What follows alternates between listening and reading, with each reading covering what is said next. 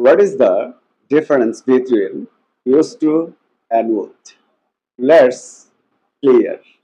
At first, used to.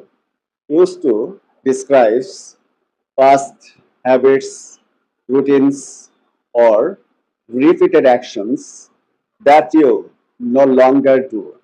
Besides, it can be used for past states. States mean feelings, possession, or long term situations. For example, I used to play football every Friday. I used to smoke. I used to go to work by car. I used to live in New York. I used to like sweets. On the other hand, would. Would describes past habits, routines, or repeated actions that you no longer do.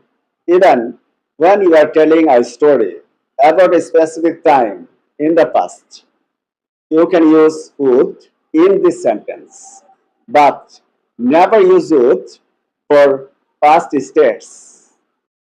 For example, I would play tennis a lot. When I was a kid, I would climb trees every weekend. Every summer, we would visit the beach. Remember, the form of verb will be basic form after used to and would.